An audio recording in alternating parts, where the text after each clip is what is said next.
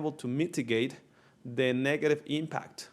If you guys remember the last planning commissions, one of you guys asked, straightforward, do you guys have the same problem?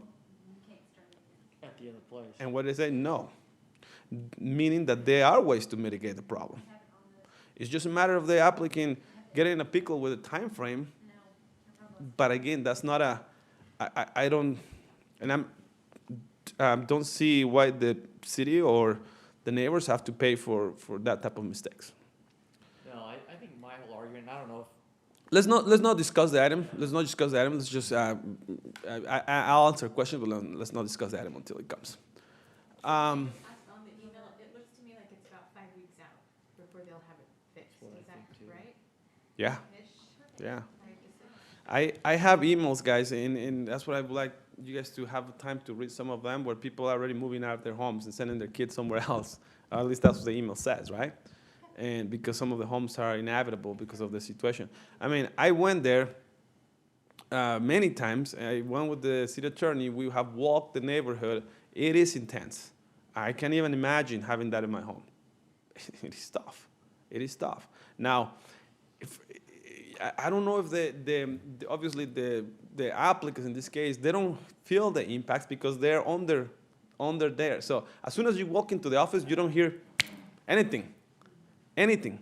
However, as soon as you can walk, you can hear more 2 blocks than just at the door of the building, or how the sound is traveling.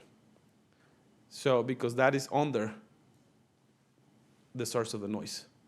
But it does. I mean, you walk it out, and again, I'm like, oh my, this is driving me crazy. And I only spend there like 40 minutes, and I just cannot imagine the rest of the stuff.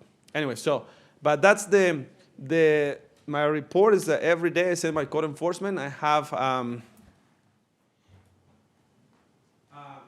morning, my code enforcement has been sending me voicemails.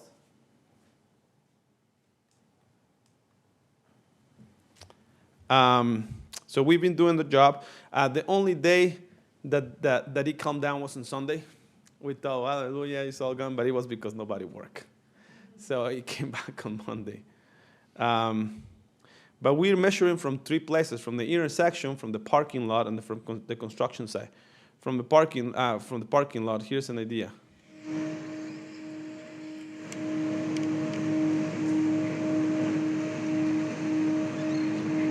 Okay. That's at Granny B's parking lot? Mm-hmm. That's the home that is just right there. They have. It's the upper and top lower part. Parking, Yeah, and that's that's up like on the that. upper side on the east. It is the sound, it is the sound of vacuum. It pretend you have a vacuum all day long, pretty much. That's what the sound is. When I vacuum, and finally when I unplug the vacuum, I go like, oh, finally that thing is shut down. But that's the intensity of it, to give us a better idea. Okay. The other 2 items are code amendments. One of them is for the addition of golf range into the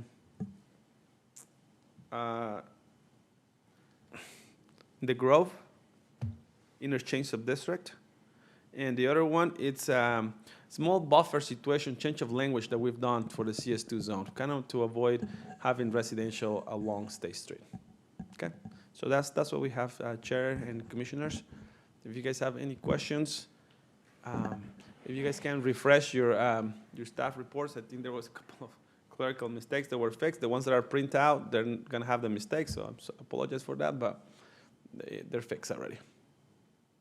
Okay. Again, you guys have the emails right there. I will recommend that we take a look at them. A couple of them. We don't have any of them in a printed copy, do we? No. Of the emails. Yeah, Because they didn't. they're, very yeah, well. They no. the file type, as it's saved, is not opening.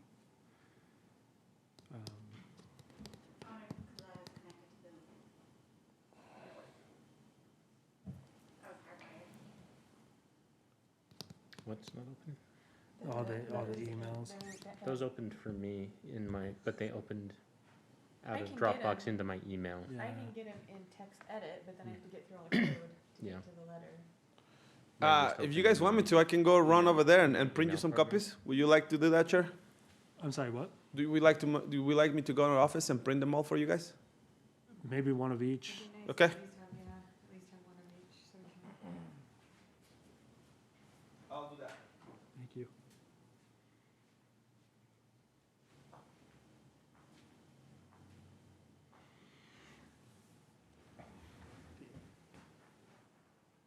Commissioner Stewart, would you mind reopening your notes? Yeah, I'm happy to. Commissioner Phillips, would you mind leading us in the pledge?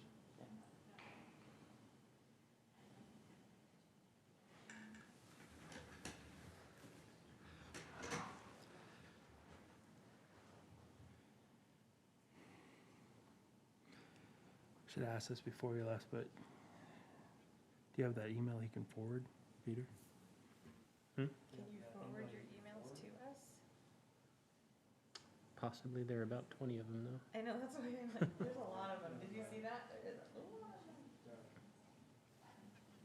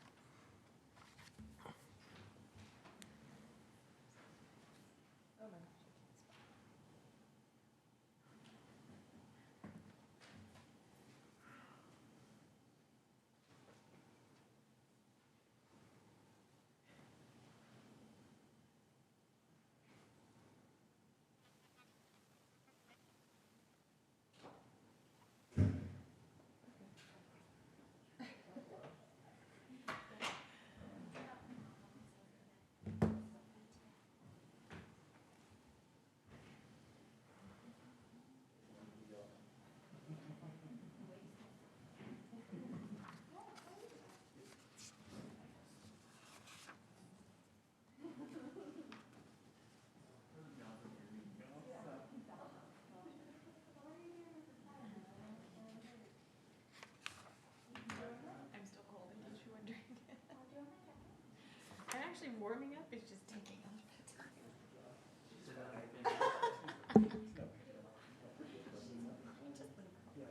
Just ignore her. I know, right? There a plug underneath there? Yeah. Just right here. Say that, but my house is being run on space heaters right now, so it's great. Did you guys get us up online? Are we? Yeah, we're live. And I'm not touching it even though it's early. That's great. Nice to know. Well, we need to thank Tyler who left their hands. Go, fix it. That was a cost. Well, that was nice of him. We could give him a gift card for a cupcake. I bet at least we can make it look like a steak. It's not like he didn't get this dinner. Right? See? This is Todd. He's fine. I was fine. Everybody's just fine. No, but the Zach boards where he's like, help in, just owes me a steak. Done.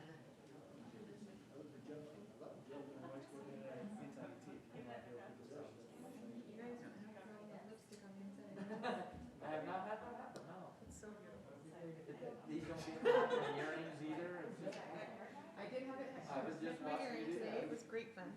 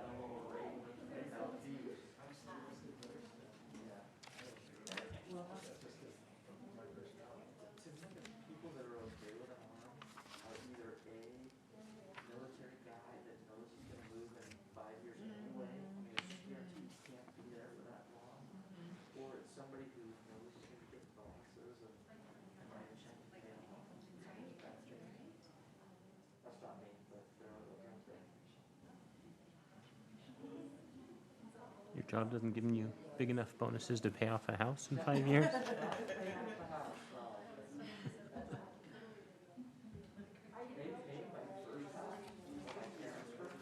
Right?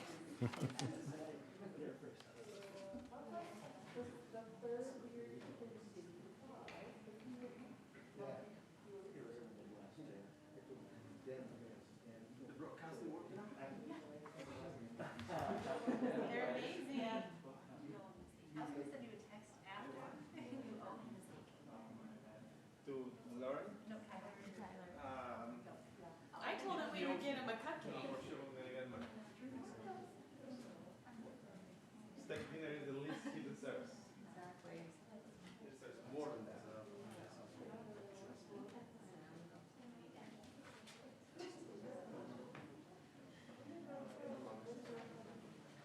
You get a blank one. I already read through them, so Oh, yeah, you did. I'm- You don't get any. I'm okay. You can keep them.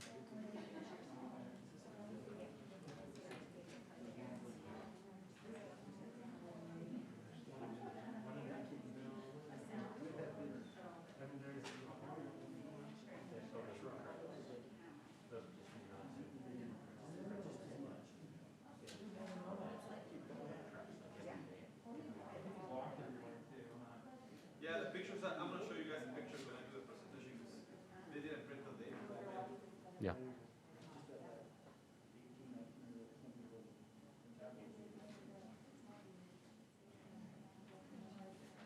This one I was able to open pretty easily.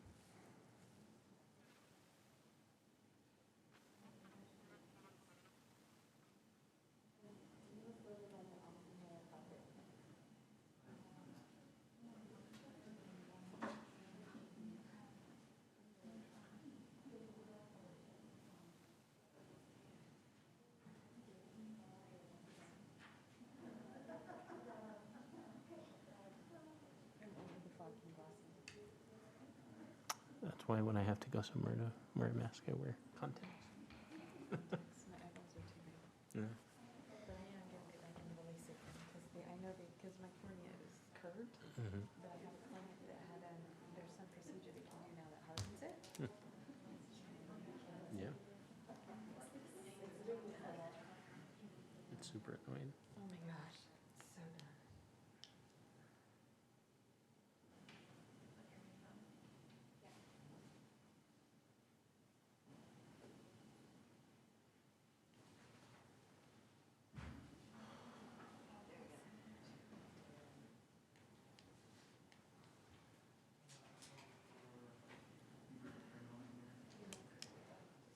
Not gonna have to get one. All right, we'll go ahead and get started. Thank you everyone for being here today. Let's see, pull our agenda back up. So we'll start with a pledge of allegiance led by Commissioner Phillips. Afterwards, we'll have opening remarks by Commissioner Still, and we'll go to that point. Please rise and repeat the pledge after me.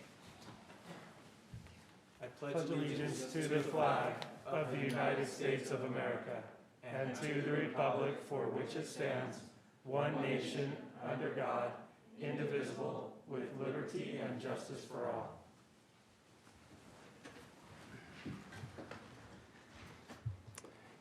Our dear Heavenly Father, we are grateful again tonight to be able to meet together as a planning commission to see to the business of our city, and we ask Thee to bless us with clear minds as we discuss the issues before us, that we might make fair and reasonable decisions and be able to come to agreement together. We say these things in the name of Jesus Christ. Amen.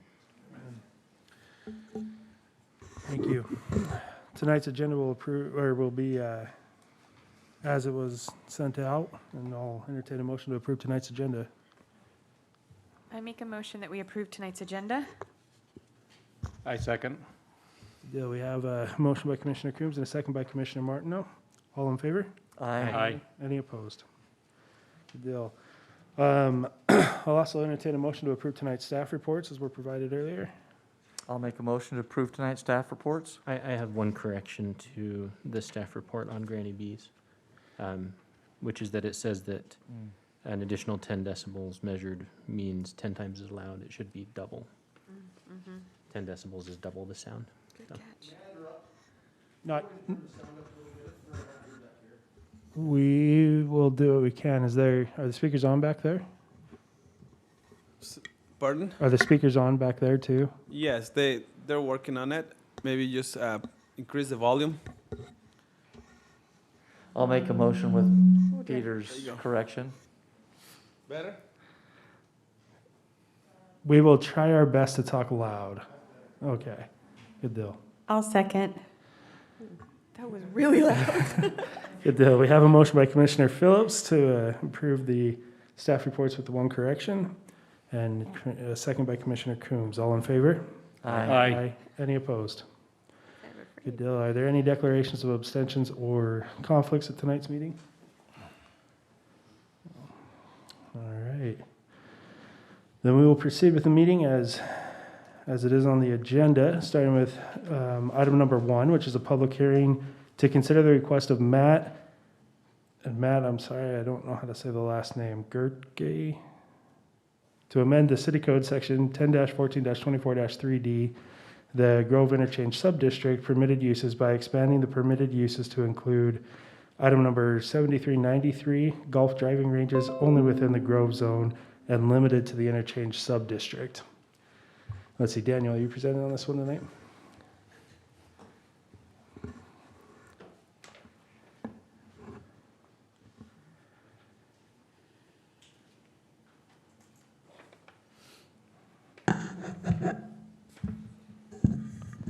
Chair, Commissioners, it's a pleasure to be here in front of you guys again.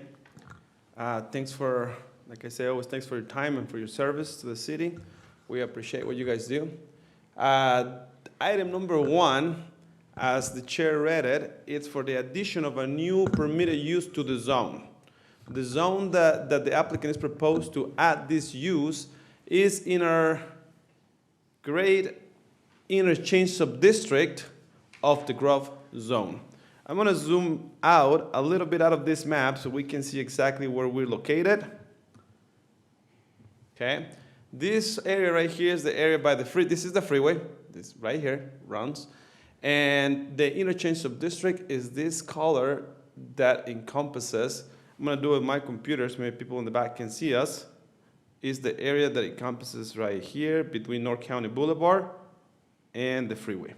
All right, that Chair and Commissioners is the area that we have in the city, and I've said this many times, but I always get a kick out of saying this, is the area that we have in the city with the highest standards in regard of architectural features. Now, we are working, as we're speaking right now, our staff is working on creating or tighten up those design standards. I'm trying to make them more defined of what they are right now, to the point that we're talking about materials and colors and that type of stuff. The staff is working on that. However, that's just kind of like a little background of what's going on behind scenes, because what the application is here today in front of us is to add use 7393 golf driving ranges. Okay, so what the applicant is proposing is to make that use permitted in this area of the city right here. When you do a golf driving range, you know, I'm not a golf player, but as I understand, those take a lot of area, right? I mean, we're talking about more than 10 acres at least. Obviously, when someone wants to submit for a a code amendment to include a new use is because it's imminent, the future proposal of a project. Again, however, today we're not talking about the project, and we're talking about just the feasibility or the idea of making this use permitted in the zone.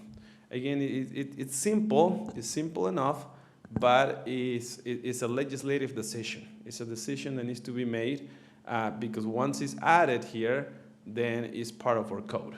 Again, the proposal is to add use number 7393 golf driving ranges as a permitted use in the interchange subdistrict. The interchange subdistrict is one of the, I think it's the only one zone or subdistrict that we have in our city that has this requirement that we said that at least 50% of the uses in that area per project area, and the project area that we're talking about right here goes along the freeway and is cut by Valley Grove Way. This is one project area. Half of this has to be developed into a sales tax generating uses,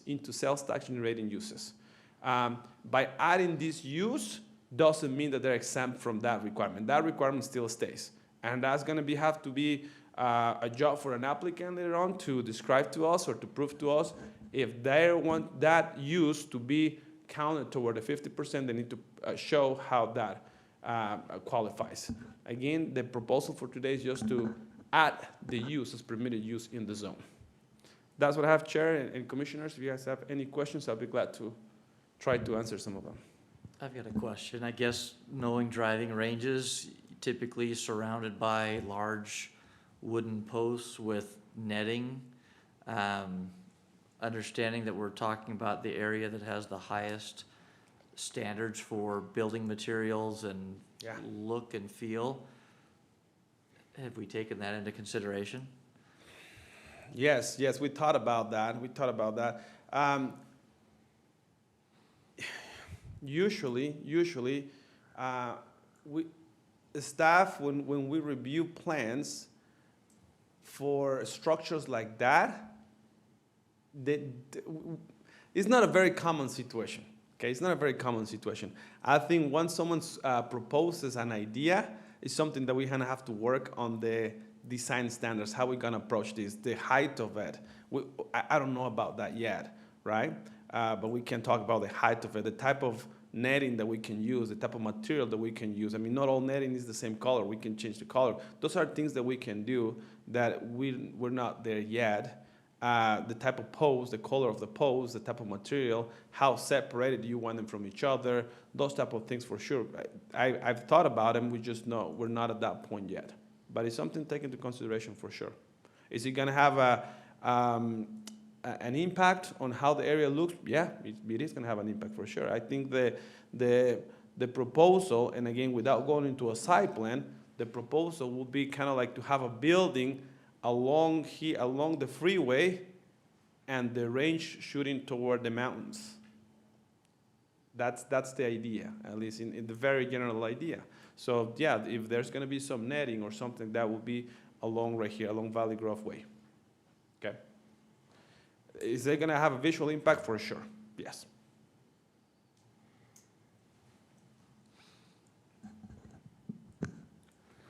Any other questions for staff? Thank you, Daniel.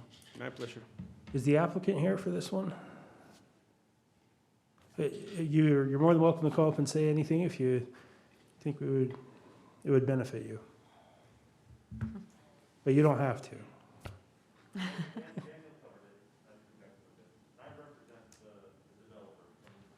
If you wouldn't mind speaking into the microphone so we can all hear you, sorry. I do apologize. I have my phone with me over the speaker. I'm in another meeting via Zoom. It's chaos in this pandemic. But I'm Drew Chamberlain, Berkshire Hathaway Commercial Real Estate. I represent the developer and buyer for this project. Daniel did an excellent job explaining what it is. Without going into the weeds with the site development, we realized we have to submit a site plan. We have presented this concept to the City Council, and they would love to see this project presented to them again with the proper channels with the application. Sounds good. Thank you. Any questions for the applicant? we have them here. Good deal, thank you. All right, thank you. This is a public hearing. If anybody would like to come and speak on this item, please feel free to come up to the pulpit here and the microphone, and we'll be happy to hear from you. Deal. Looks like there are no public comments. We'll go ahead and close the public hearing, bring it back up to commission for discussion, or I'll entertain a motion. I'm ready to make a motion. Well, I move the plan. I did want to talk about, sorry, about Commissioner Phillips' question earlier. I apologize.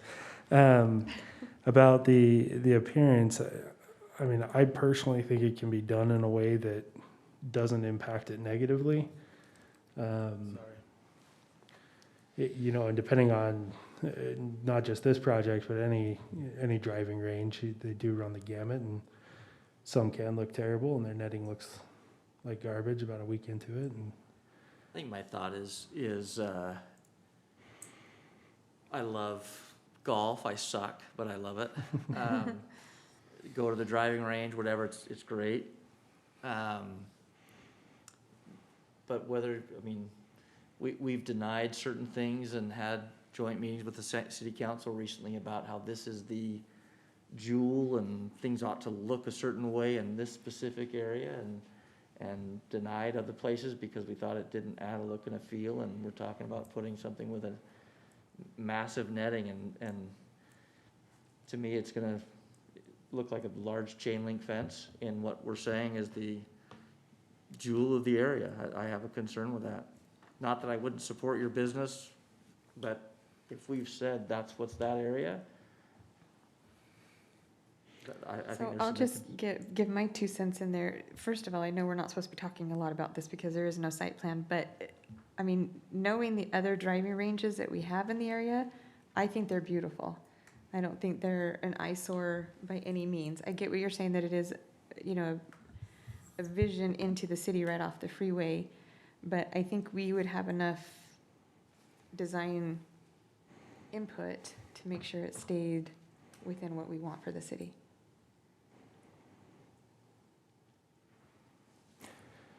yeah, I mean, I tend to agree with Commissioner Coombs as well on, I think it can be built and look well. I think we have design standards already for the interchange sub-district, and they would have to meet those. And I think it can be built in that way. So I think by adding this, we aren't giving carte blanche to go build whatever kind of driving range we want, but But I think it still has to come before us with the in the site plan. design comes and everything, plans, yeah. so. If Commissioner Phillips feels more comfortable, for sure. I'm working right now on writing more, I don't know if restrictive is the word, more descriptive, that's a better word, more descriptive design standards for this zone. And I'll make sure I'll include netting and high posts and things like that into it. So we're gonna have to amend the code, which is coming. It's coming pretty soon, even before a site plan comes to you guys. It's gonna come to you guys, where we're gonna decide what type of building colors, materials, structures we actually want to see in that area, and I'll for sure include that in it. I agree with Commissioner Phillips that I don't think that that kind of netting is compatible with the vision of the zone. That they can have high-quality materials and design, and it's still not going to look right in the zone. And I recognize that this is a very subjective issue, but just you know, and honestly, the kind of business that would be allowed by this, I think, could be beneficial, would draw people into the area. But yeah, I agree with Commissioner Phillips. So, When it comes to the look of a driving range, it depends on which aspect you're at. I mean, you go down Bangor Highway, you see a driving range, you see nice green grass. But when you go on the other side, you don't see the green grass, you see the big high fence. So it depends on orientation. It depends on the presentation from which road you enter from. There's so much that's subjective with that as to how it's going, if it's going to meet the look or not. You know, like I said, on the back side, all you see is a big fence.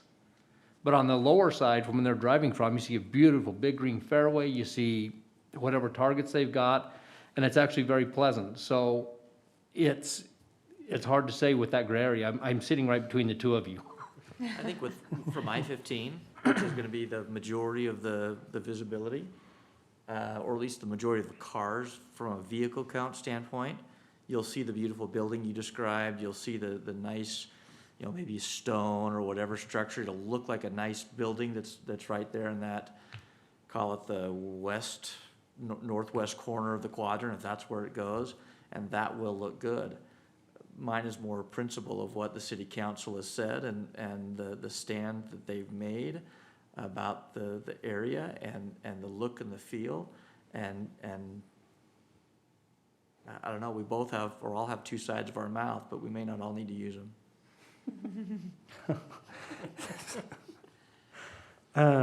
With that, bringing it back, not for this project specific, but I mean, if it's the netting, I've been on plenty of driving ranges that don't have netting. I've been on plenty of areas that it does look good, that from all angles, and I've been on some that just look terrible from all angles as well.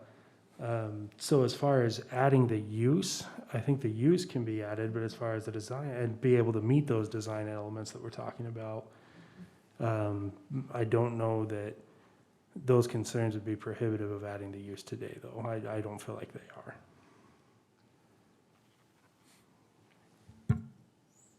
Can I go back and make my motion? Sure. I move the Planning Commission forward a recommendation of approval to the City Council for the proposed amendments to City Code Section 10-14-24-3D, the Grove Interchange Subdistrict, permitted uses by adding use 7393 Golf Driving Range and adopting the exhibits, conditions, and findings of the staff report.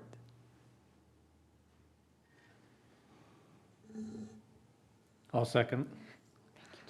We have a motion by Commissioner Coombs and a second by Commissioner Martineau. All in favor?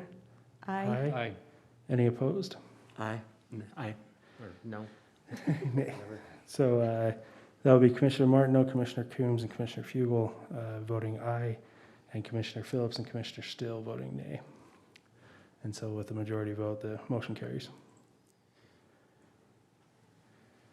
And, we'll go ahead and proceed to item number 2 on the agenda tonight, which is a public hearing to consider the request of Granny B's Cookies for a conditional use permit to allow the processing, manufacturing, delivery of bakery products, use number 2150, on property located at approximately 350 West Center Street in the downtown Village Zone Commercial Subdistrict. And Daniel, I believe you're presenting on this one as well.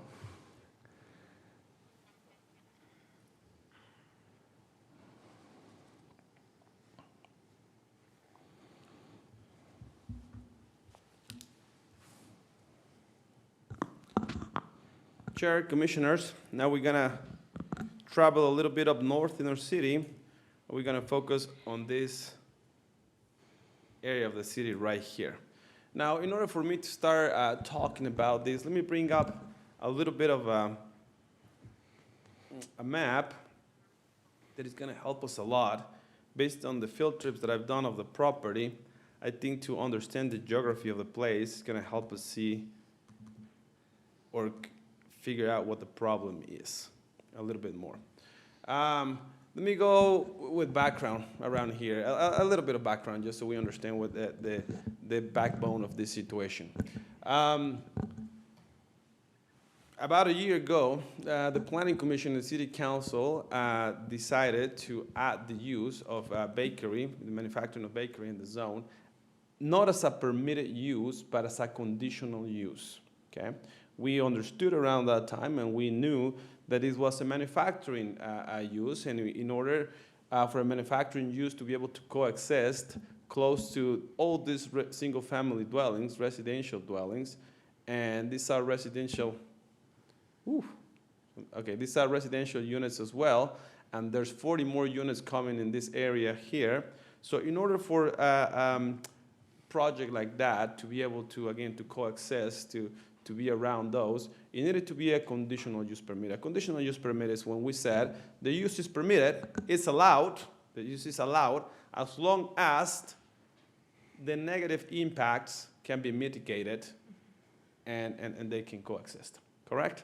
So, you know, the project or the use was allowed and add it to the zone again as a conditional use. And now we have an applicant that proposed to follow through that. And now we have that building, which I call that the Custom Craze building, because Custom Craze used to be there. Now we're going to call it the Granny B's Cookies building.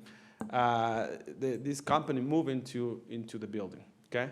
So the process when you submit or you want to operate something like that, you have to follow certain steps. Step number 1, you pull up a building permit, because you got to do structural alterations to a building, right? I mean, interior, exterior, whatever it is, and someone submits for a building permit. Once that building permit it's approved, then you're going to go for a business license.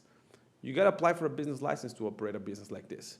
Once you apply for a business license, we realize is it a permitted use or is it a conditional use? In this case, a conditional use. So it has to go through a public hearing to receive a conditional use to see what are the negative impacts on the neighborhood or on the surroundings, and let's try to mitigate them. And that's what we're here for. That building, and let's take a look at it, we can see it from 2 different perspectives. Okay, when we're on Center Street, I'm gonna bring this yellow dude right here. When we're on Center Street, we're gonna take a look at a building like this. This is it, okay? That's the building. However, as you guys can see, if you guys can take a look at this, let me go back to this. As soon as you go into the back of the building, you start climbing up. There's a little bit of a hill going up right there. So the building has 2 parking areas. It's parking area right here on the front, and then you go to this, what I showing you is the view from here. You were looking at this. But when you go on to the back of the building, or should I say the east side of the building, something interesting is going to happen.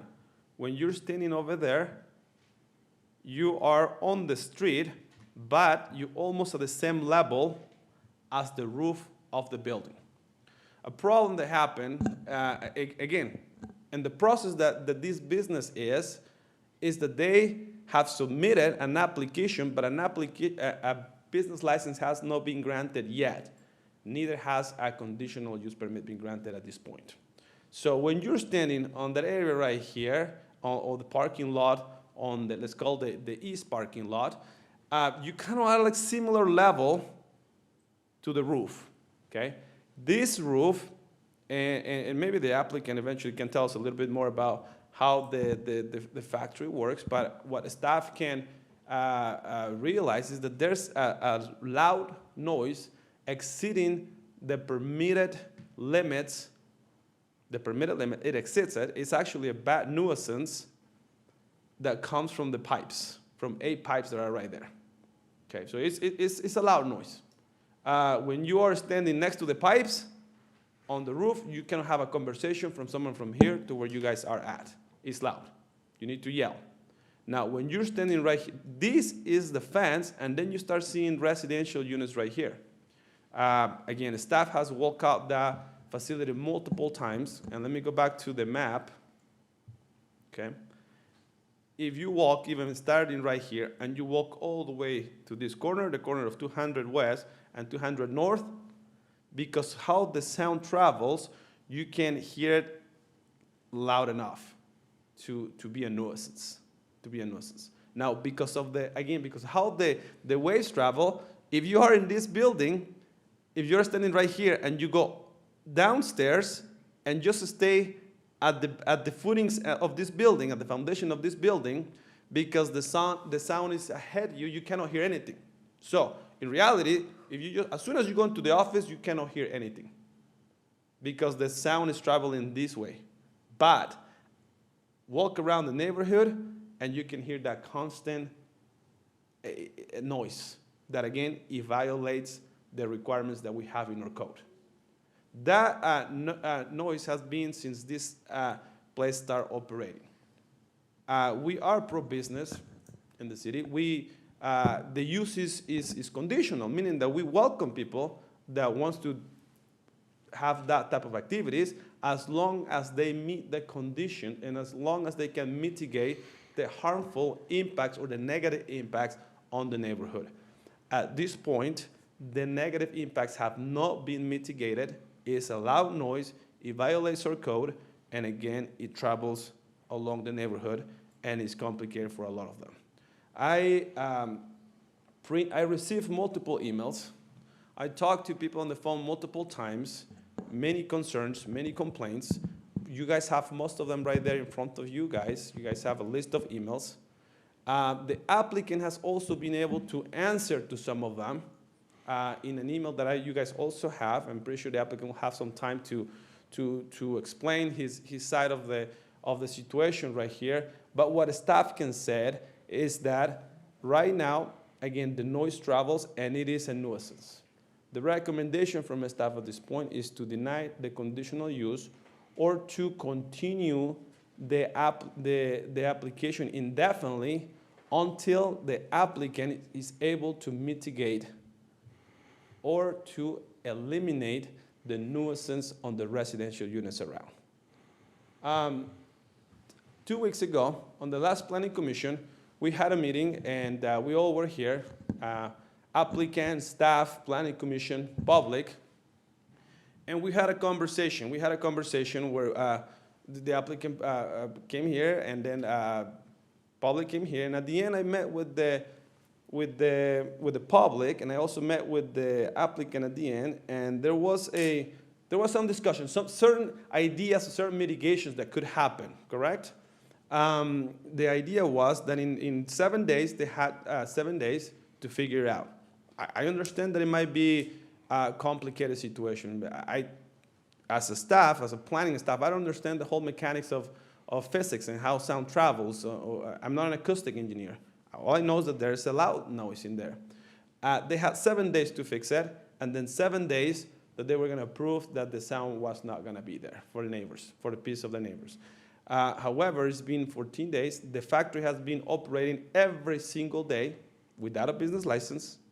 It's been operating, and the noise is still there. The only day that the noise stopped was on Sunday.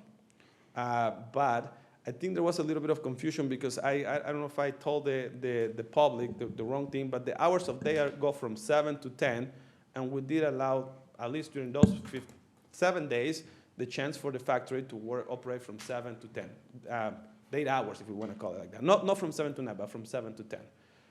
But again, the noise is there. There's another problem that we're having, and is that the delivery trucks. When we work on this conditional use, or when we're trying to add it, we discuss that they have plenty of time, plenty of space right here on the back to do their deliveries. As the planning commission you guys have proof that a lot of those trucks park along right here on public street in front of residential units. There's also a condition that is written right there that cannot happen. I mean, that is a harmful impact on the neighborhood.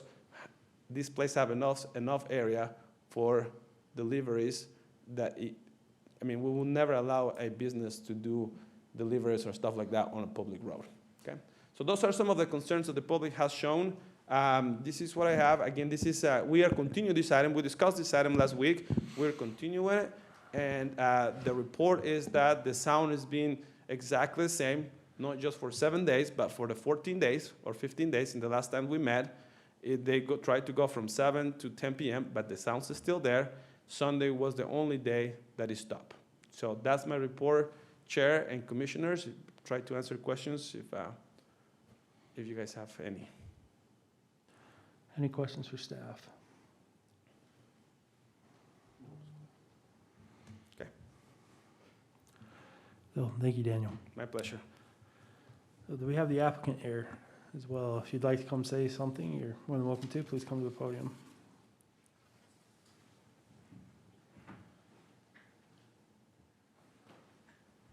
Thank you again for allowing us to be here and the input of the neighbors. And we've had an open door.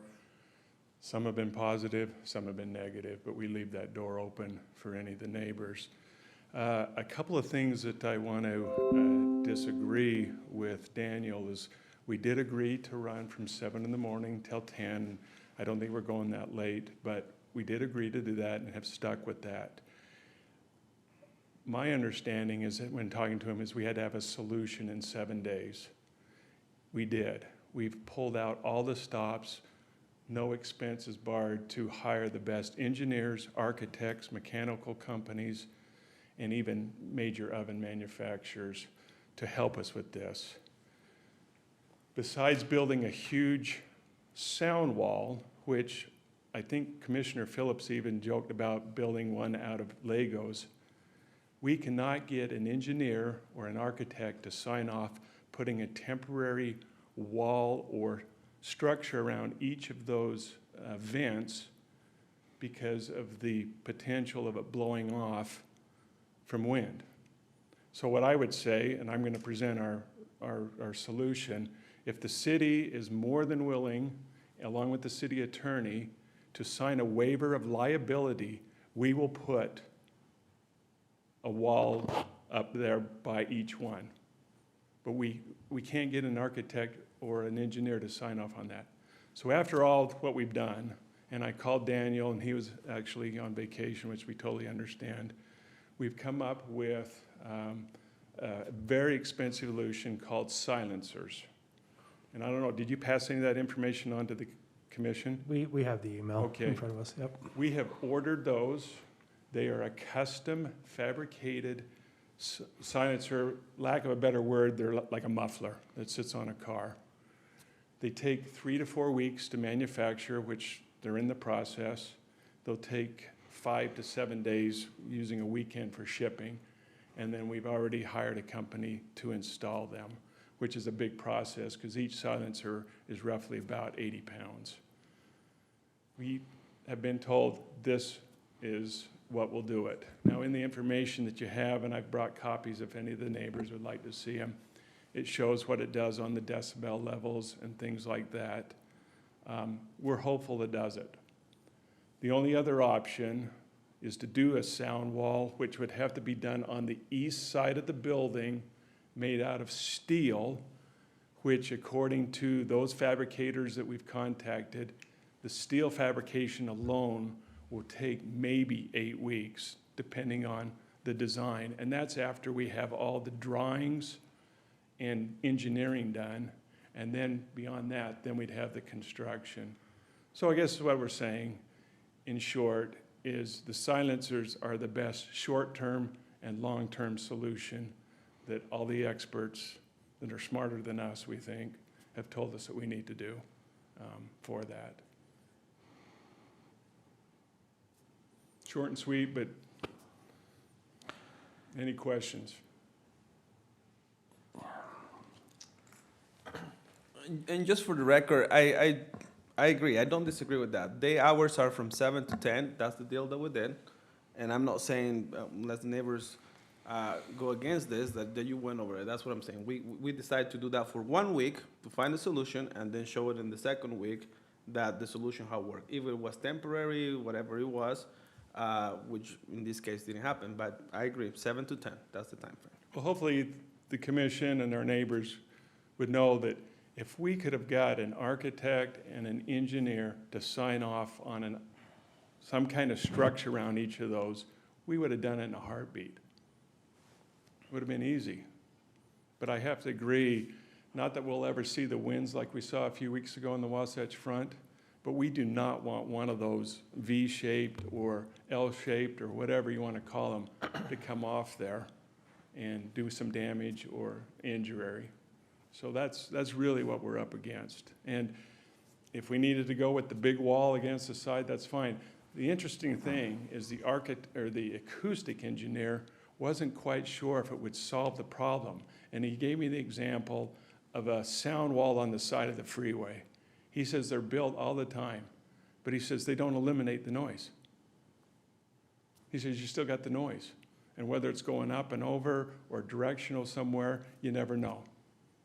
So that was why we're willing to step up and spend what we are for these silencers. And immediately, as soon as we get them put in, we're going to be the first ones going to the neighbors and saying, please give us what your thoughts are. Because they're the best judges. We like Daniel and that, but the neighbors are there living this. So. Just as a question, as you know, I'm a builder, and when you're talking about a small structure around each one, I can see those wanting to be more flighty and not as structurally sound. Did you look at an entire retaining parapet wall that goes all the way around it, 4 sides? When you're talking with your engineers and some of your architects and things, because I build those on top of rooftops all the time for noise containment. Yeah, on top of that, before I answer that, Daniel and the team had even said, hey, the point event could be part of the problem. If you look at that, we took one off the very next day to see, hey, is this gonna work? It doesn't. The problem is that roof is made with 2x6s, 8s, and then on the back 10s. So even by today's standards, you wouldn't even build a home with that type of joist on the top. So that's what we have to worry Okay. about, is working through and making sure, even if something we put up there doesn't come through the roof, let alone fly off. Yeah, Does that answer your question? it does. Okay. So on the email information we have, it looks like you're a minimum of 5 weeks out. We've asked them to expedite it, and as I told you last time, we will never use the COVID thing as an excuse. That's what we're being told is stalling some of this. But we've asked and even suggested, hey, if we pay more, can we expedite this into your schedule? And so that's what they're looking at. It's by a company called New York Blower that engineers these things to make them work. And they'll be made, like I said, we placed the order last Friday. So we're hoping, hey, can we get them in 2 weeks? Something. That's really what we're pushing them for. But you're wanting to continue running until they get here. Yes. As mentioned before, and we're not looking for any sympathy, it's our busiest time of the year.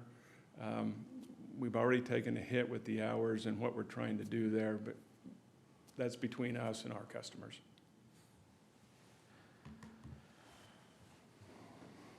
And I did want to say, Daniel talks about the noise outside, which is true. If you're against the building, you don't hear that, but inside you do. And that's why we've invited anybody that wants to come in. We will walk them. We will show them this is what is causing this. And it's actually 6 of the 8 vents. The other 2 are just what we call hood vents that you would find in any restaurant or whatever. It's the 6 vents that come out of the ovens.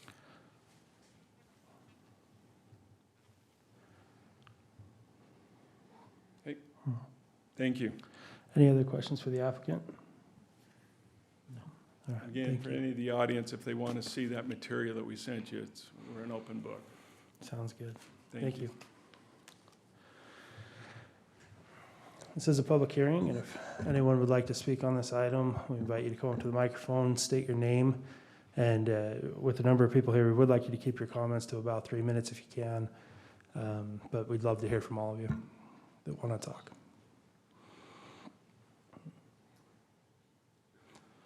My name's Michael Davis. If you look, the fence that Mr. Cardenas indicated on the east parking lot, that's my back fence. I live in the There's house. a laser right there. You can use it. It's the pen in front Ah, of you. thank you. Press the button. So that's my house there. 2 weeks ago when we spoke, Mr. Cardenas shared some sound measurements, and the point where the noise was the most invasive was right outside my back fence. I apologize if I'm speaking a little bit slowly tonight. I've been up since 1:30 this morning. I left the last meeting with the same understanding as Mr. Cardenas. There was supposed to be 7 days to come up with a solution, 7 days to evaluate that solution, having been implemented at that point. I've been listening to this plant 6 days a week for the most part for the last several months. I went to see the applicant Monday. It was probably one of the less positive meetings. I'm not sleeping. I have slept very little over the last 3 months. I can probably count on one hand a full night's sleep, the number of times I've gotten a full night's sleep. I went to see the applicant Monday, and I said, I'm at the point now, my ears are ringing constantly. You can shut the plant down now, and the ringing in my ears is keeping me awake half the night. Same thing with my wife. We have headaches every single day. We're going through bottles of ibuprofen like crazy. This morning, my daughter came up to me and said, my ears are ringing. I'm worried that I'm going to sustain permanent hearing damage. I'm more worried that my wife and children are going to sustain permanent hearing damage. We can be in our house, in our basement, and you can hear it over the TV. I'm exhausted. I can't deal with this anymore. I appreciate the commission looking into this. When I brought all this up to the applicant, the response was, we want to be neighborly. We keep hearing the applicant say, we want to be good neighbors, we want to be good neighbors. I'm sorry, good neighbors do not impact the health and well-being of other neighbors. Good neighbors, I'm in the Army, I'm a full-time soldier. I build databases, I'm a Spanish linguist. I train young soldiers to try to make sure that when they go to combat, they come home alive. Good neighbors do not impact the ability of their neighbors to engage their livelihood. If I lose my hearing, I can't be a Spanish linguist anymore, and I will be on disability. I am worried that I've already sustained hearing damage. I'm really worried if this goes on, my family and I will sustain permanent hearing loss from this. And the closest thing I can say to describe the noise, it's like giant industrial electric motors that I used to work with when I was in the Air Force before I was in the Army that would run hydraulic pumps. Very high-pitched, very piercing hum that will drive you crazy. And we've been hearing it 15 hours a day for the last several months, and actually more hours per day than that before the commission put the limits of 7 a.m. to 10 p.m. So there's no sleep. Our health is being severely impacted by this. I'm tired of this. The applicant may want to be a good neighbor, but he's not being one. Thank you. Thank you.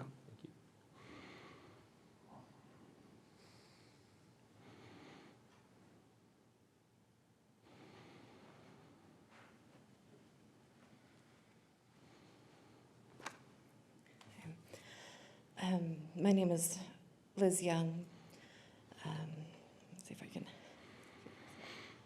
There's a button here, right? Is it the other one? Is that the one? Okay. I don't know. There's a button. There we go. Okay. So I live here, just on 300 West. And so I have kind of more of a shot through the street and then just here. I have a retaining wall that kind of catches, it feels like, some of the sounds. And I still continue to hear it within my home, being on the street far away, or just a block away. And it has made me more irritable, even this past week. And I don't know if it's just because we felt that it was 7 days of coming up with a solution, and I guess my understanding was implementing something for the next 7 days, and when it felt like it was just louder during that process. And just hearing the possibility of having 5 weeks out with maybe a possible solution is very heartbreaking, and I can't handle. I thought that tomorrow morning, or tonight, it's still going before we came here, but that it's just shut off until it is completely fixed. And wondering if once they get it, how long they'll run it, and if it actually works or not, if we'll be able to, if they'll just run it for 14, 15 hours a day, every day, if that's still gonna be an issue. And I mean, at this point, I feel like, do I call the authorities to report a noise? Because it is a nuisance, and it's something that I'm very frustrated with. And the only solution that I have, I've tried earplugs. I have to work out in my yard, sometimes with gardening, and earplugs don't really help. And even inside the home, I have to go find the spot in the middle of my house and put earplugs in to kind of hear nothing. But I can't hear silence. I have to combat the noise with more noise in my home, which is not always nice. I do have 5 kids, and so peace and quiet is something I do desire, and I can't really go places to get away from this noise. And so I'm hoping that somehow this will be stopped tomorrow morning, if possible, and that it will not be able to continue on until it is completely the way it needs to be, is silent. Thank you. Thank you.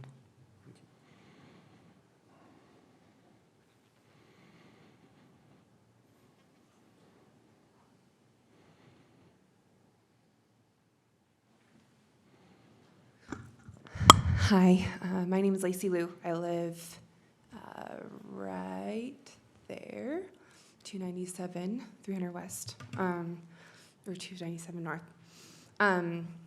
I just wanted to say that I can appreciate the fact that Granny Bees has gone through all the effort to make sure that they find a solution, and even the temporary solution that we all were hoping for, that maybe that didn't occur. I can understand that.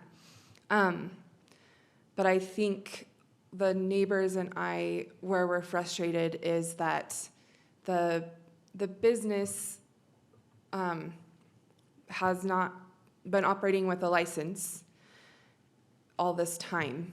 And on top of that, we have been sort of, even unbeknowingly to Granny Bees, they have created this sound that we have been suffering from for months and months. We've been kind of unpunished for them being in business.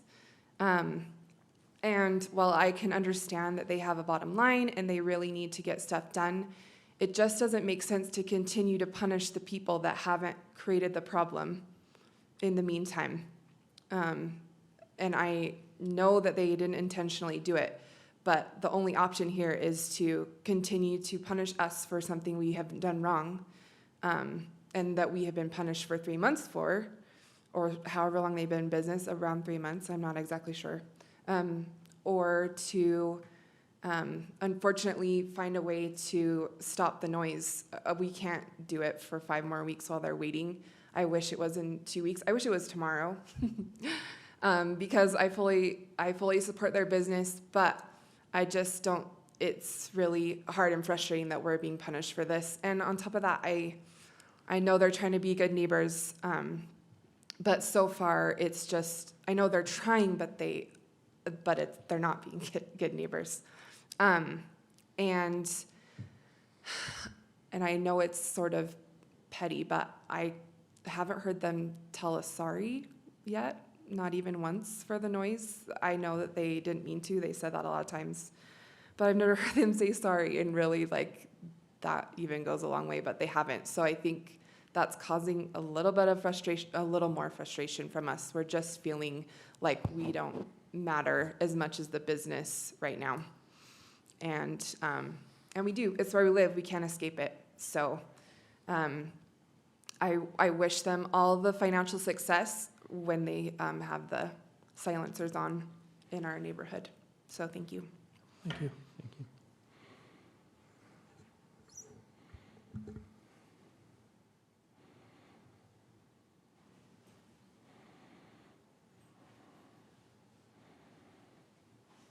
I'm Taylor Boyer. I look like I'm 18, but I'm not. I am a homeowner. I do live, yeah, I know, believe it or not. You don't have to justify it. It's fine. I just figured you started an internet company at 15 and you were fine. Yeah. You know, I love Pleasant Grove, so I decided to live here. And I live right there, so pretty close to the factory. And initially, yeah, I was quite upset with the noise. It is quite loud, especially in the summer when we have older homes that were built in the 50s. We have single pane windows. We don't have AC units. So we use the air outside at night to cool our homes. And in the summer, it was quite loud. I initially reached out to Granny Bees and got a response. Not only did I get a response, I got a call from Dwayne. I believe he's the owner, president, just getting my feedback on what was going on and that he was working on it.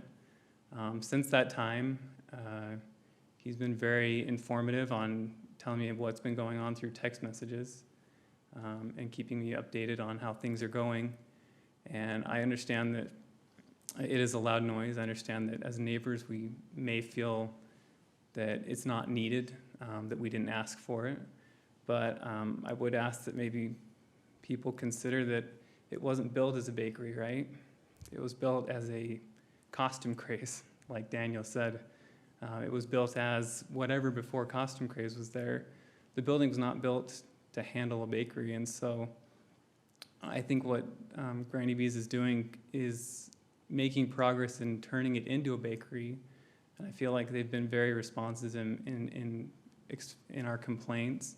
I feel like if the noise is addressed, that's basically the last thing on the list, right?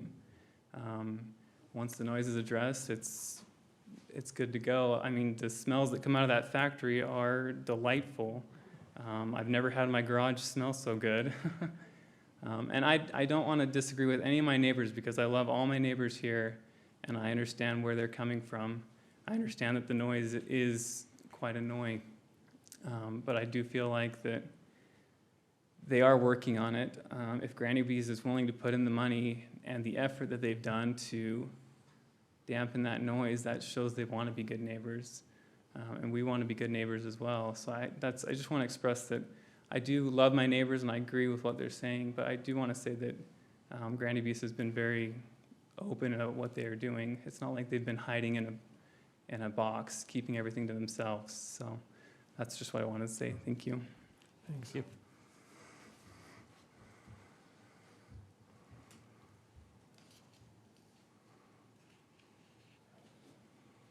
Are there any other comments from the public? Sounds good. With that, we'll close the public hearing for this item and bring it back up to the commission for discussion. I will say we are in a unique position where the business is operating as we are talking about approving a conditional use. In one way, it's different because normally when we do conditional uses, we think of possible impacts and how to mitigate them. And here we have evidence of actual impact that is, and if we look at the code language with granting conditional uses, and conditional uses, or it says a proposed conditional use shall be detrimental to the health, safety, or general welfare of persons residing in the vicinity, or injurious to property in the vicinity, if A, the use will cause unreasonable risk to the safety of persons or property because of vehicular traffic, parking, large gatherings of people, or other causes, the use will unreasonably interfere with the lawful use of surrounding property, the use will create a need for essential city services which cannot be reasonably met, or D, the use will in any other way be injurious to the property or in the vicinity, to property in the vicinity. I mean, I think we have here that this use is pretty clearly injurious to those that are surrounding it, and it can be mitigated. However, right now it's not. It has gone on for months, will go on for at least another month, and which means they'll be out of compliance if we were to grant it today. And I would personally be inclined to deny the application today until it can be in compliance. From our instruction earlier, prior to the meeting started, what I understood is that the options are either to approve, deny, or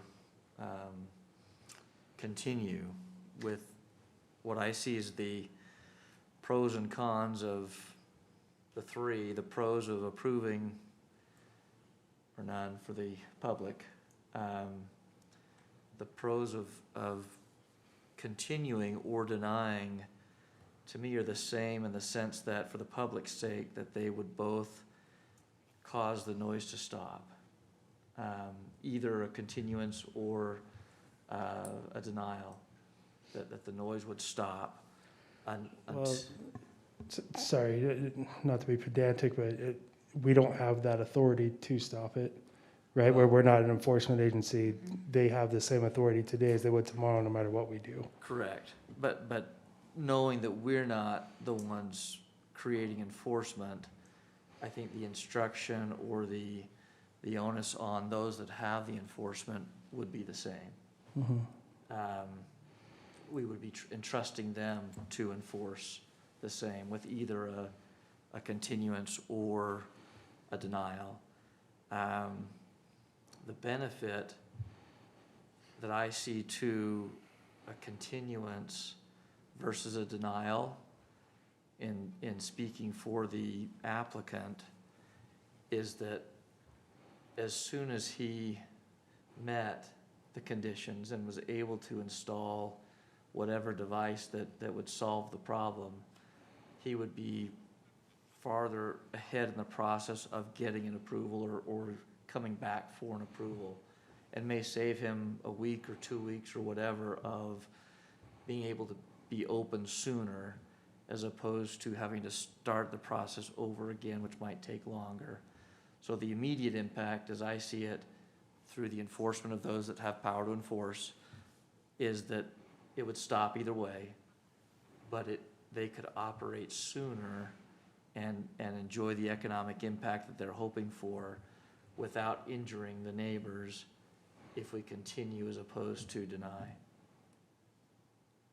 Is that accurate or inaccurate, Daniel? Well, and just for clarification, because when we use the word continuance, I don't want the public to think continuance of the use, right? No, correct. No, continue you can the just explain. motion or the request.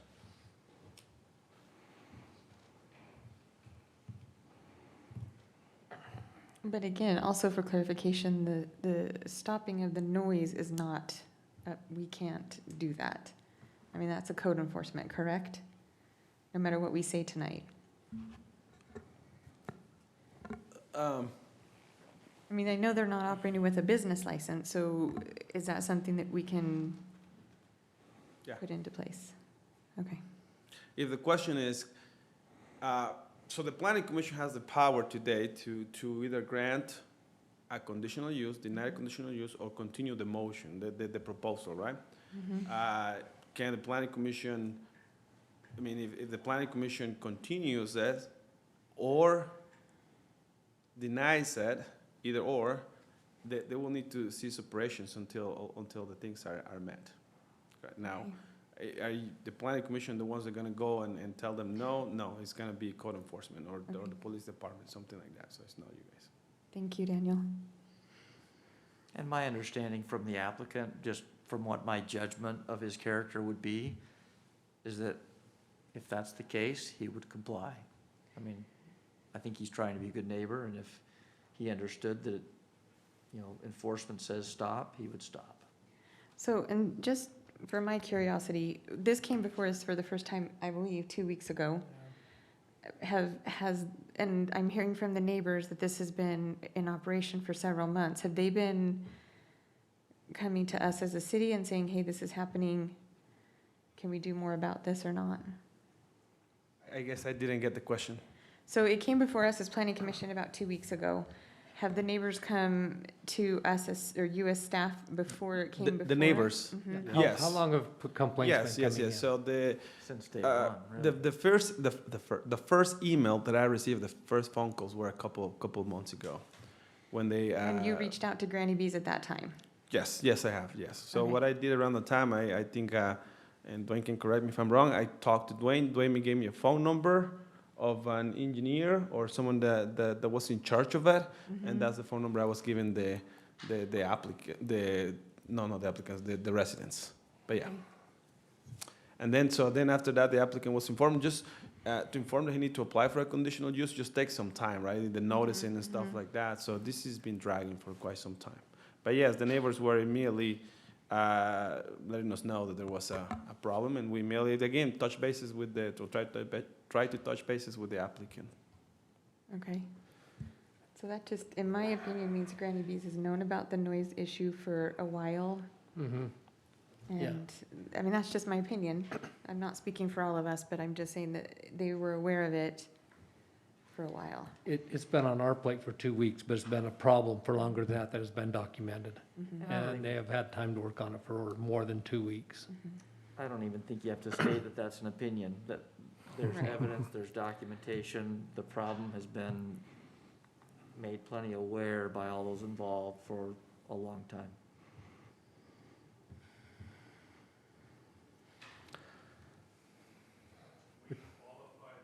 If we can't, if you want to talk, we can possibly bring you back up to the podium, but we can't have you speak from back there.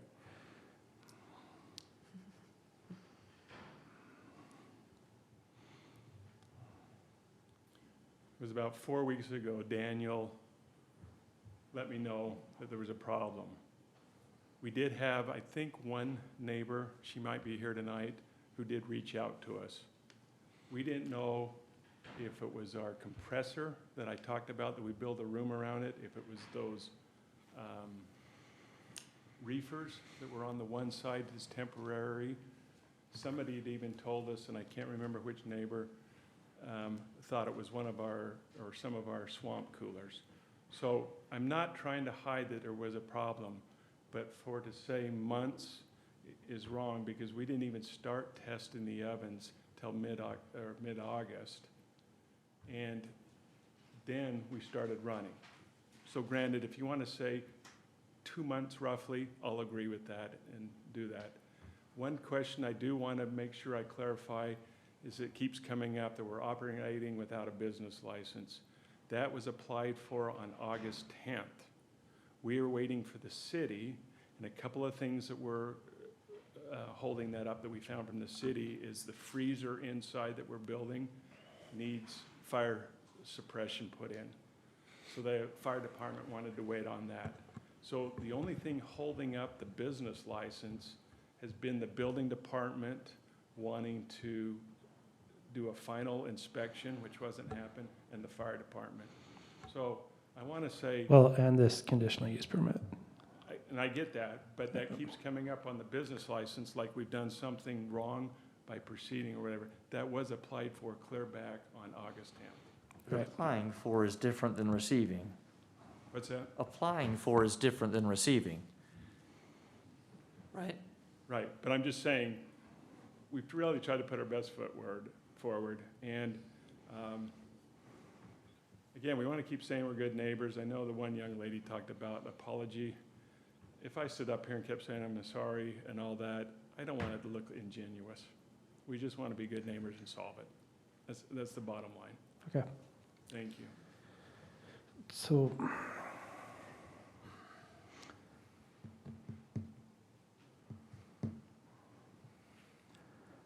I mean, I understand that, but after the meeting 2 weeks ago, I went and drove around the neighborhood down there, and I couldn't live there for months, and I couldn't live there for another 5 weeks with it operating as it is. In many areas, it's beyond just a nuisance. It is it's an actual infraction. And I understand the business's licenses take time, but there's also a reason why all that's done before the business operates. And again, we're in a different boat here where we're trying to discuss a conditional use permit with the business already operating. We can see the actual impact, and the impact is injurious to the neighborhood. And it's not fixed currently. It may be fixed in 5 weeks. It may be that the silencers don't work. We don't know. And so I don't think it would be appropriate for us to allow this or to continue this. I think it should be a denial where they would reapply. It would work. Those fees would cover the fees and the time that our staff has to put into dealing with this still in the future. I just don't see that denying versus continuing the motion has any direct difference in the impact. Am I wrong? It's application fees and everything else. The city would eat those costs, and I don't think that's right either, where there has been plenty of time. The other difference is that denying it and a reapplication would require renoticing the item, which would mean that the neighbors get notified when there's another meeting on the subject. Well, and Daniel mentioned earlier that they would get notified anyway, that they would get notified even if it was continued. I think it's Todd's absolutely right that there is a cost to the city for doing that that isn't recouped. And if it's legally possible or permissible, I would be, if that's the only issue, then whatever Well- the cost of noticing is, I think the applicant would be willing, I can't speak for him, but I would assume he would be willing to pay the cost of mailing if it bought him 2 weeks of time to start sooner. From a business decision, that would be an easy conversation. And Chair, I don't want to kick a dead horse. Is that how you say it in English? I don't want to kick a dead horse. The translator can help me out if I say that right. I don't want to kick a dead horse. Patear un caballo Um, muerto. But I mean, Mr. Dwayne is correct in the way that the first, I went back to my email. The first email for complaint it wasn't sent to me. It was sent to the city manager in September 11th, and I got it on September 16th. So it's been 1 month and 5 weeks. We'll put it that way. So what would the time frame difference be between the continuing and a denying? When you deny it, they have to start all over again. It's a new application, new everything. When you continue, what you're saying is we recognize that the use is permitted. You just to have an issue, you have to fix the issue, come back to us. I will still send the notices. Just to make sure that the neighbors know. But yeah, it's pretty minimal, to be honest with you. Because I think, to Commissioner Phillips, I think that It's just it will be the same file, the same number that we have. right. Other than creating a new file, a new number, a new folder. But from So a it wouldn't timing be like weeks perspective- or a month difference, because it would, same file, same information. But from a timing perspective, it would be about the same. I disagree. And understanding that December, we're not gonna have a meeting, No, we have one We will. meeting in One December. meeting. one meeting in December. We have one in November and one in December. 1 November, 1 December. Actually, the next meeting that we're gonna have, it will be, as I was planned, will be November 12th. And then after November 12th, we'll meet on December 10th. However, I think that if the issue is pressing, the applicant can pay $500 That's what my and get the question was. planning commission, To have if an I can get a emergency quorum, meeting. make an like extra meeting.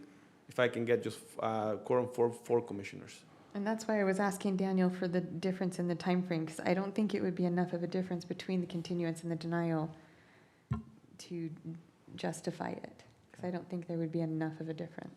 I mean, the key would be the pressure on him to get it done Mhm. and application turned into you and you do what you've gotta do so that we could be here by the December. Well, and like Daniel said, if they're willing to pay the extra cost and we can get a quorum together, we can meet at a different Anytime. time. So, And when we say any time, we mean at least 10 days after they submit, so I have time to send the notices to the Right. neighbors and put it on the Notice them. newspaper and Right. get the legal portion correct. Yeah. You've got somebody with a hand up. I mean, unfortunately, the public hearing portion is closed, and so we likely won't take any more comments at this time. And you're from the applicant, correct?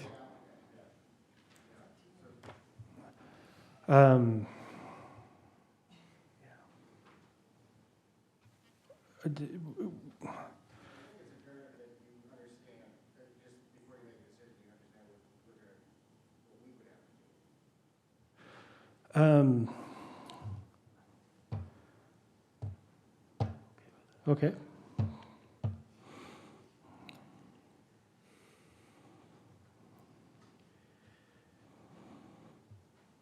And I recognize you have to make the decisions that's best for Pleasant Grove and for all of us in this community. But if we are shut down right now, Granny Bees will shut down. We will not survive. And that's, yeah, you know, again, you've got to make the right decisions for Pleasant Grove and for all of us.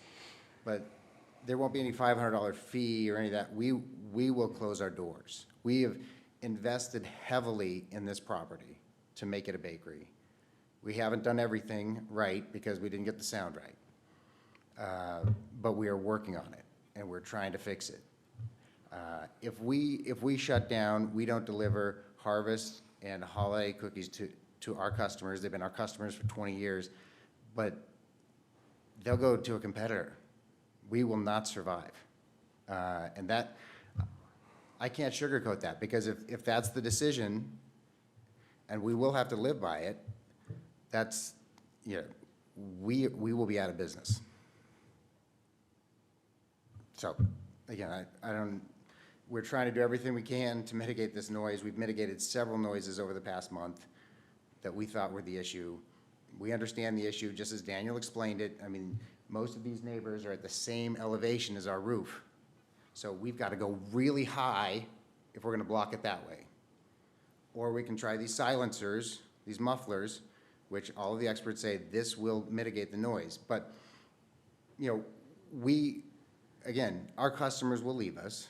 It's a competitive world out there if we do not fulfill their orders for Christmas. Hey, I'm sorry, can I get you to state your name just for our records, Sure. please? It's Jeff Logan.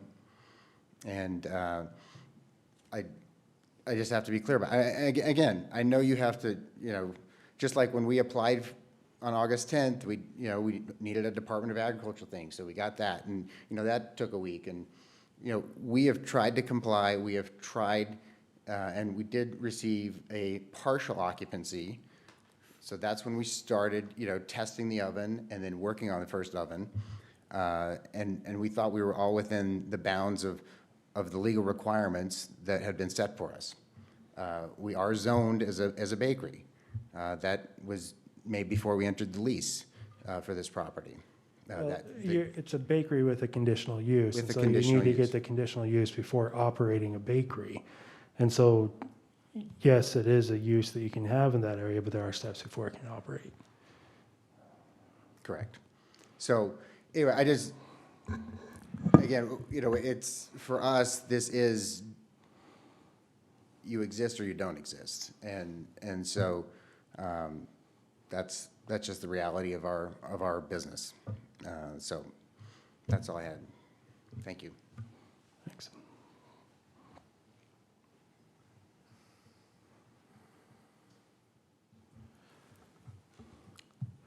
Yeah. I don't want to be the one that comes with the funny solutions again with the Legos and stuff like that. I mean,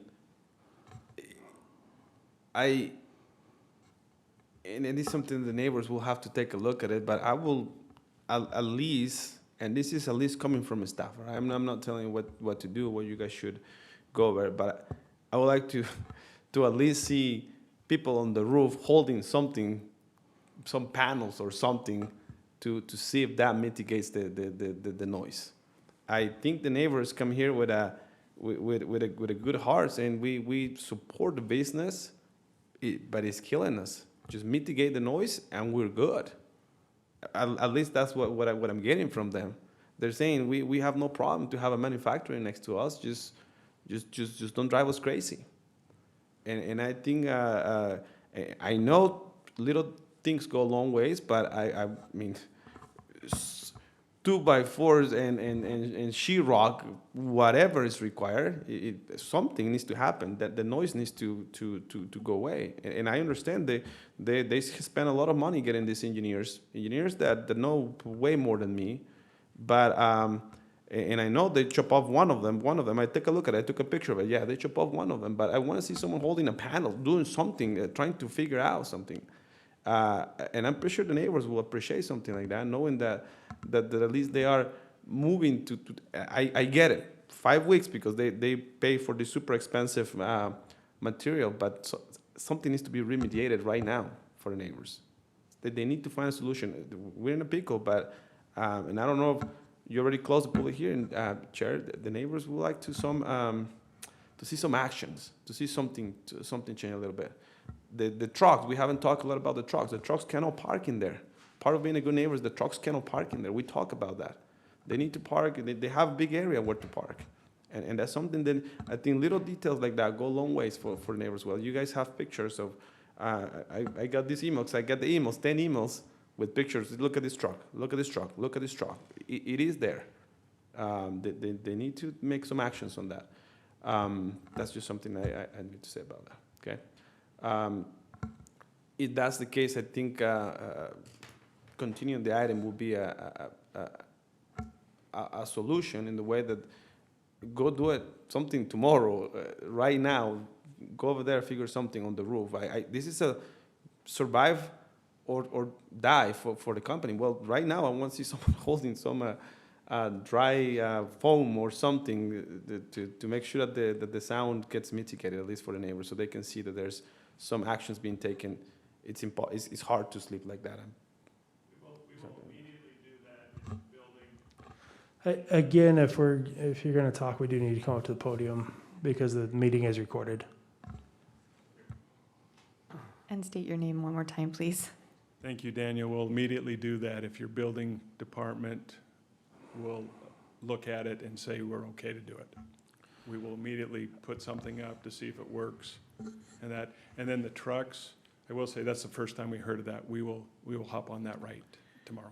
My building department wants the best for the company and also wants the best for the neighbors. Right. I'm the director of that. I'll work with my building department. I want to see some action. I'm pretty sure I speak for them as well. They want to see some action. They want to see something on it. Okay. I think we can find a material that is light enough or something. And again, it might cost us some good amount of money, Dwayne. I understand that, but we need to find a solution, something. Well, spending some money if we're in business is better than not being in business. But we will immediately do that. We can work with that, but we can't have this continue to go on the way it is. I mean, because you are harming the people around the building right now. I mean, I imagine if you lived there, you'd be on the other end of this with them as well. And I appreciate your position, I do, but something does have to happen tomorrow. Okay, we will try tomorrow, but you might not say it, but I would hope that somebody would acknowledge that we haven't run and hid like the one comments saying that we hadn't, but we're trying to be upfront. No, and that hasn't been our impression at all. The problem is that it's been going on for a long time, and it's causing some real problems. And it's looking to and continue unfortunately, for we 5 more can't weeks. allow that use to continue. We wouldn't be doing our job if we did. And so there would have to be something done immediately to mitigate that sound, even if it isn't a permanent solution. Okay, we'll hop up tomorrow. We'll call Daniel. Maybe you can even be there. Yeah, because I mean, like Daniel's saying, it doesn't have to be permanent, but it has to be something to mitigate it until the permanent solution is found. Right. You know, I'm a builder. So I'm and saying if we can put it around, as long as the building department will say, hey, you're probably okay here. You know, As a temporary solution, if it mitigates right now, you know, if I have to have my building inspector holding a panel there, I'll put him right there. I really want the business to be successful. I'll work with you. I'll Okay. work with you. But we need to get that resolved. Okay, It cannot be a week. It cannot be 7 days. It needs to be tomorrow. It needs to Okay. be, something has to happen. we will do something tomorrow and we'll get you involved. But, and again, that's an idea. It's their decision, right? Yeah, it's an idea, it's their decision. Yep, thank So you. Jim, I kind of want to know, as a builder, there has to be a temporary thing that we can do on that building. I've done several things like that. We've had other issues where I had to work with noisy equipment with neighbors in the area. And cables, wires, plywood, and I put up temporary walls, 25 feet tall and anchored at 4 corners of a building until I had my permanent structures in place because I had to keep things moving. I do a lot of hospital work, and the hospitals are open.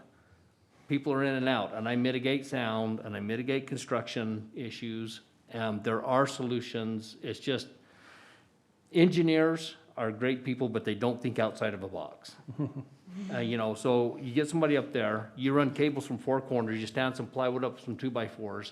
I can put something temporary that would stay up there long enough for an answer to make sure, and if it doesn't control the noise, then we modify a little bit, but something needs to be started, and it's In not your that hard. professional opinion, I mean, how much time are we thinking that we would be able to get a temporary something up there to maybe take this noise down? The company I work for, if this came before us, they would put 10 people on it and it would be done within, they would give me I would be given a deadline of 4 hours to have it fixed, or I would no longer be employed. That's the circumstances I work under. That they would give me a timeline and say, look, get something in place, show that there's progress. If that doesn't work, get something else in place. But I'm on really strict programs like that. I've got people in an OR, and a doctor has to have a complete silence noise, and I put up 15 different foam panels and made a rat's nest of a maze to stop the noise going from when I was putting an elevator in so they could keep operations going. So I have sympathy, but there's ways if you start thinking outside of the box and pushing creative. And I'll be glad to talk to you afterwards. I mean, 4 o'clock in the morning, I'm shutting power down to an Amazon building, so I'm not available. I wouldn't put yourself in that position either, Jim. And again, I'd have to recruit myself because my position here, but I will talk some ideas with you. Yeah.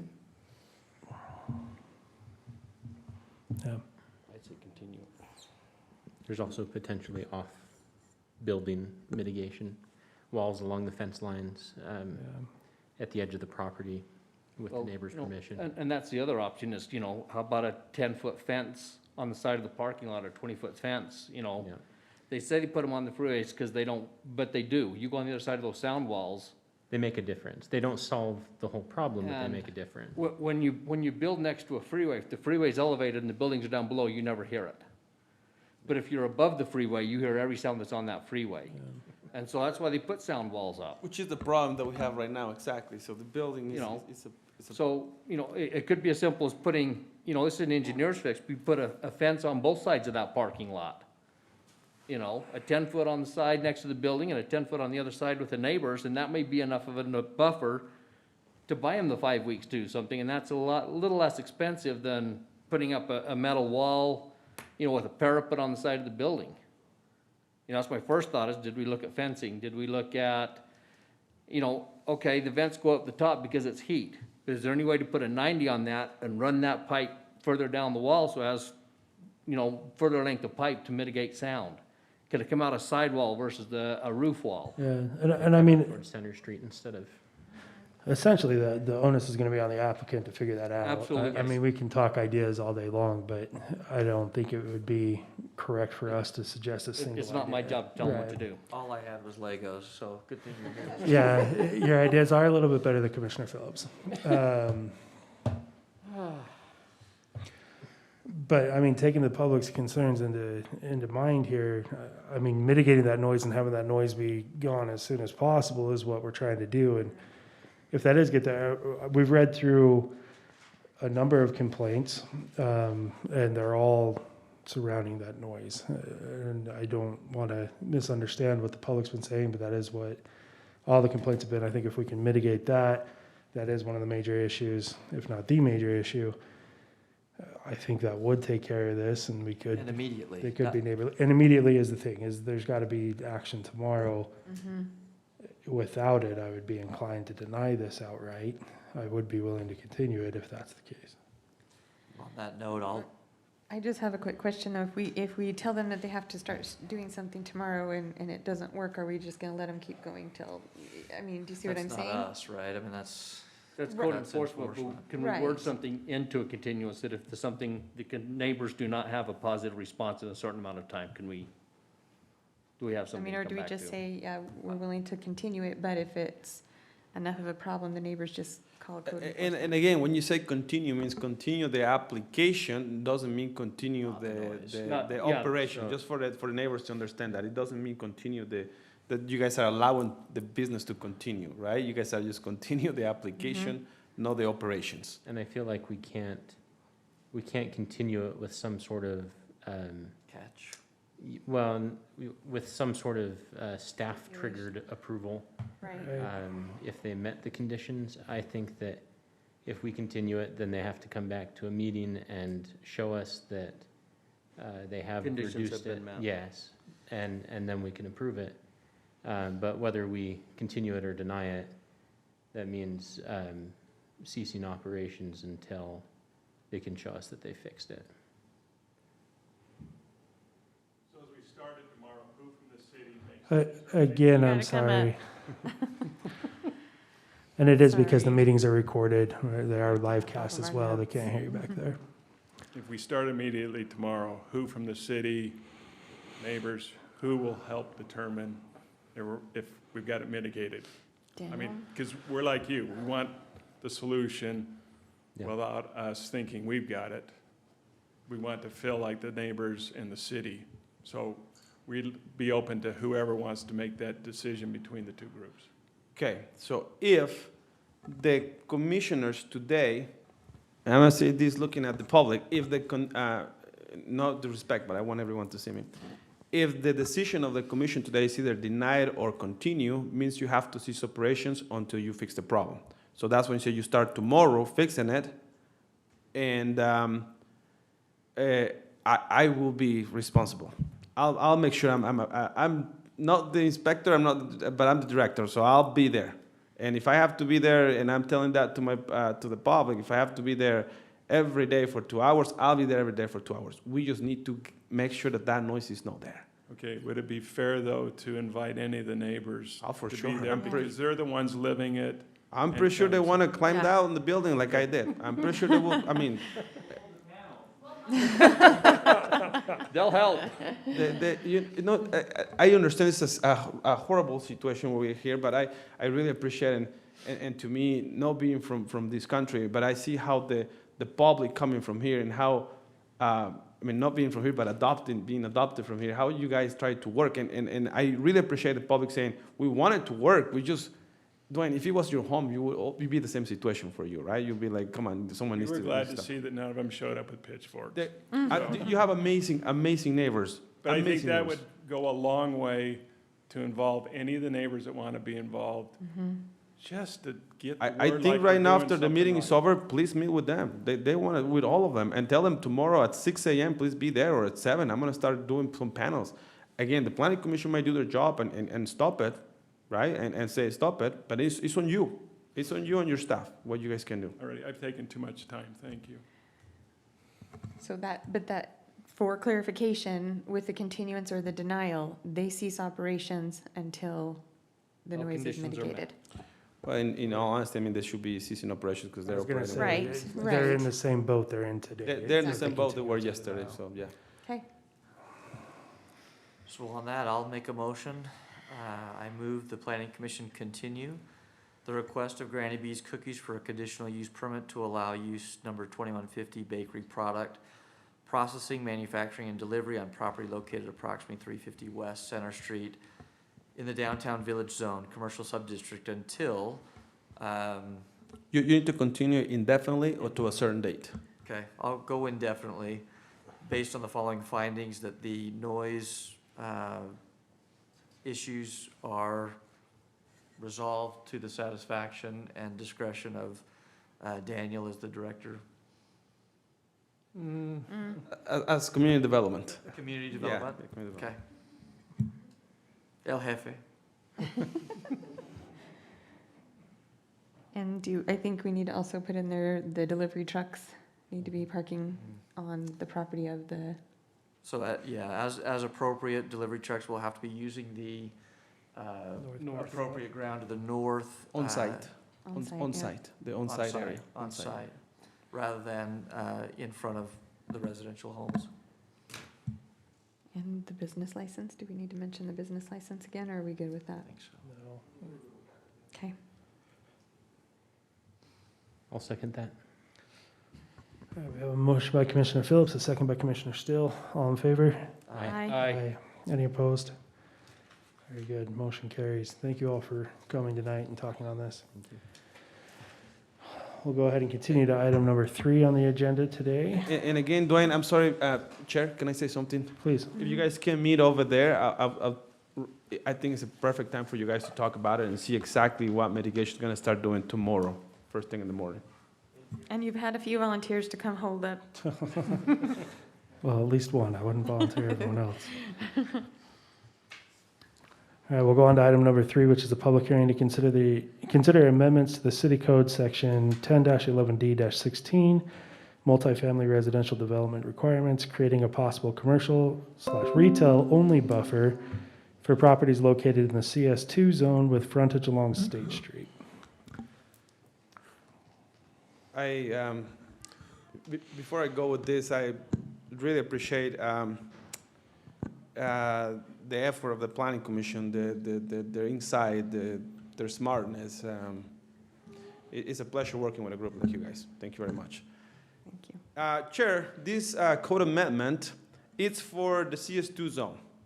Lately, in the last year, 2 years, we've been getting many code amendments, proposals in regards to residential uses in the CS2 zone.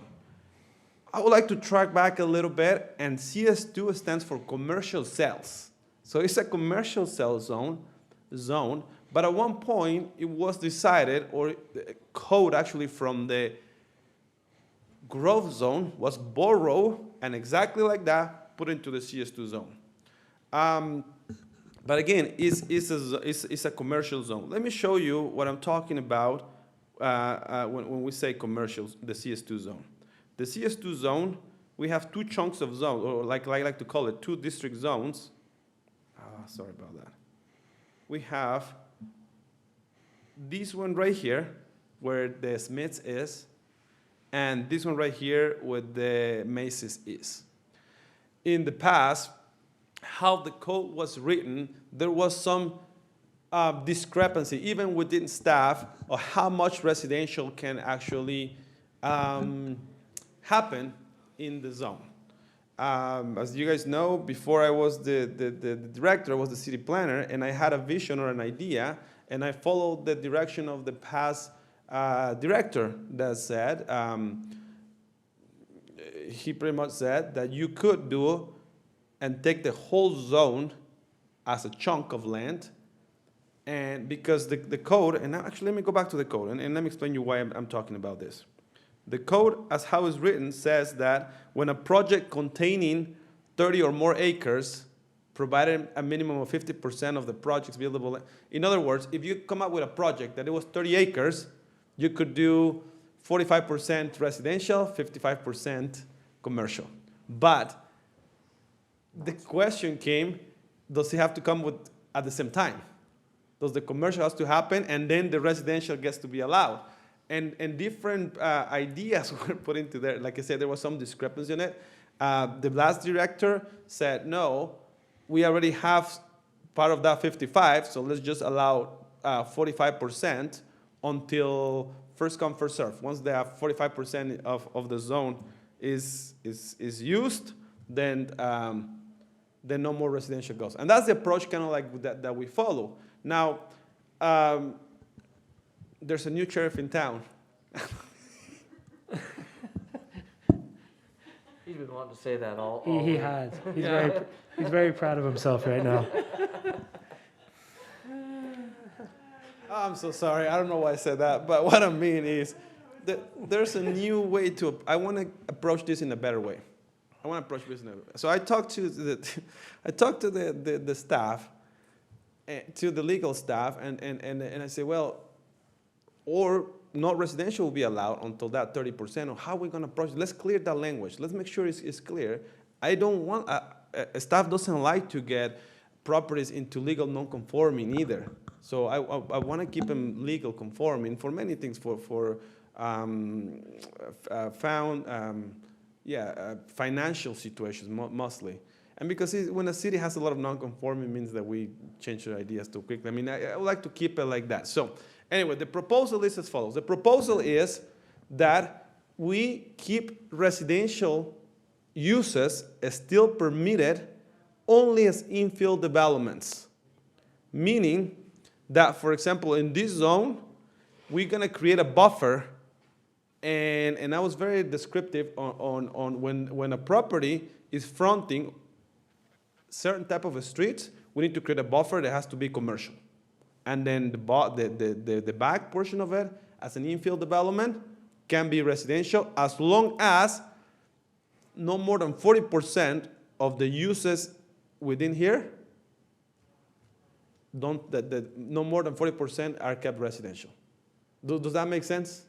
And I think that we make the language clearer, and we also, I include the 45% no more than 45%, because even as an infill development, I'm thinking about future redevelopment of this area. If for some reason the Smiths goes away, the staff will still promote that we bring some commercial uses instead of, because this is kind of infill, inside. Staff will not propose to fill that out with residential uses. Working with the legal staff, we come out with this language. Where permitted, multiple family developments may be incorporated into projects only as infill developments. I need to work on that word. I think that word is that the right word, actually? It is, right? No, it's infill. It is, right? In my staff report, I put it wrong, because I wrote infield, like F-I-E-L-D. My apologies for that. So, because the city attorney finally marked this correctly. So anyway, multifamily developments may be incorporated into projects only as infill developments, period. Residential uses shall not be located on properties fronting any state highway, this is State Street, major arterial roads, this is the boulevard, urban minor arterial, this is Geneva Road, or industrial arterial roads, that's 700. That's 700. Within a buffer of at least 224 feet from the property line along the police district. So that creates the buffer. Then we eliminate all this, and then we go to this sentence that is very clear in my opinion. In addition, residential uses shall not occupy more than 45% of the buildable land area. What's buildable land area? Is the area remaining after public street dedication in a zone, of the zone district in which the project is located. I think that makes it clear.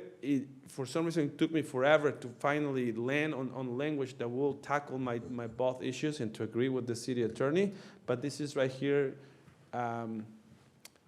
gentlemen and lady, for your consideration. Okay? I want to be inclusive.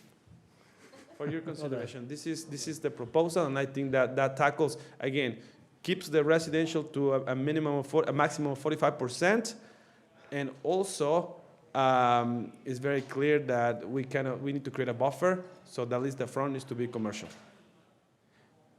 Can they fighting? Can I make one suggestion here? Yes, sir. Which is not necessarily in this paragraph, but it seems to me it would be helpful to define zone district, because I know that you mean either the piece over by Macy's or the piece by Smith's, but just to make that clear for people in the future. In the CS2 zone. Well, just I totally understand. Like maybe in the definitions section say zone district means the area bounded by State Street, Pleasant Grove Boulevard, and whatever, and the area. Yes, because otherwise, like, you could kind of read that two ways, right? The way that we're meaning it is that the overall area can't be more than 45% residential.